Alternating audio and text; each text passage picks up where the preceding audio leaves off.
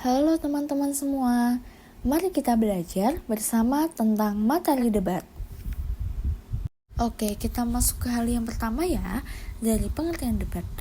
Menurut KBBI, debat adalah pertukaran dan pembahasan pendapat terkait suatu hal dengan saling menyampaikan argumentasi atau alasan dengan tujuan mempertahankan pendapat, bahkan memenangkan suatu pendapat. Oke, yang selanjutnya, debat memiliki beberapa fungsi yang sangat bermanfaat untuk kehidupan sehari-hari loh. Di antaranya yaitu, yang pertama, membangun keterampilan berbicara dalam menyampaikan pendapat dengan baik terhadap konflik yang pro maupun yang kontra. Yang kedua, membangun daya analitis terkait dengan keahlian untuk menyimak dan memahami lawan debat. Yang ketiga, menumbuhkan kemampuan dalam menyampaikan argumentasi secara logis dengan bahasa dan gestur sikap yang santun.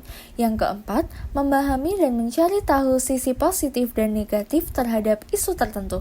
Dan yang kelima, melatih berbicara secara runtut dan lancar.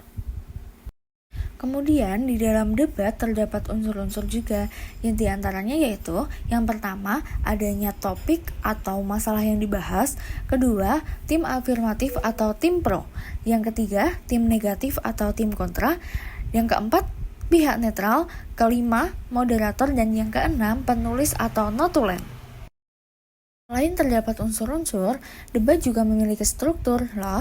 Yang pertama adalah pengenalan isu, yang kedua rangkaian argumen, dan yang ketiga penegasan ulang atau kesimpulan. Dalam debat, kita juga harus memperhatikan etika dalam berdebat loh. Nah, etika apa saja sih yang harus kita ketahui? Ada 4 etika penting dalam debat. Yang pertama, bertanya secara serius. Yang kedua, tidak menyinggung kekurangan fisik. Yang ketiga, berbicara berdasarkan data dan fakta yang valid. Dan yang terakhir, patuhi aturan main. Di dalam debat juga memiliki beberapa poin-poin tata cara yang perlu kita perhatikan. Yang pertama, mengembangkan pernyataan ataupun tantangan dilakukan secara profesional. Yang kedua, memiliki keterampilan dalam berkomunikasi dengan baik, pendapat atau argumen saat berdebat disampaikan dengan bahasa yang lancar. Selanjutnya, kita harus selalu memperhatikan pernyataan atau sanggahan dari lawan, selalu meneliti kelemahan dan kelebihan lawan. Hal itu dimaksud agar bisa menentukan strategi yang pas untuk menyerang dan juga bertahan.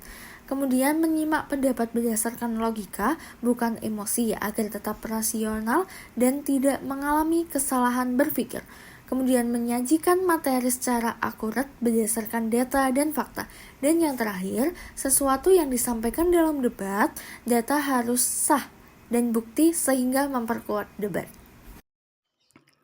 Nah, itu tadi merupakan materi tentang debat.